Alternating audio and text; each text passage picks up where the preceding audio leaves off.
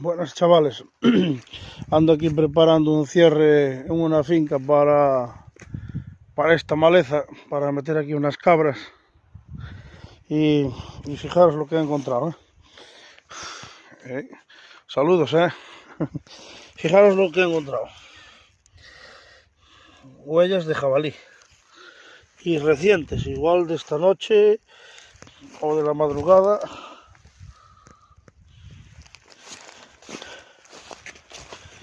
Porque hay unos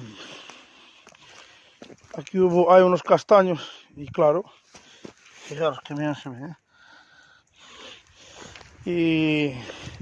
y claro, estaban asilvestrados y no sé donde pude andar con el tractor, lo desbrocé con el tractor, pero quizá un par de ellos, mira que bien se ve.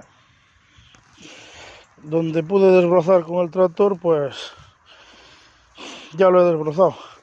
Pero claro, ahora todo eso, quería meter unas cabras para ver si lo dominaban y después pues hacer un pasto como está mandado, claro. Fijaros. Además las hay de ida y estas son de vuelta.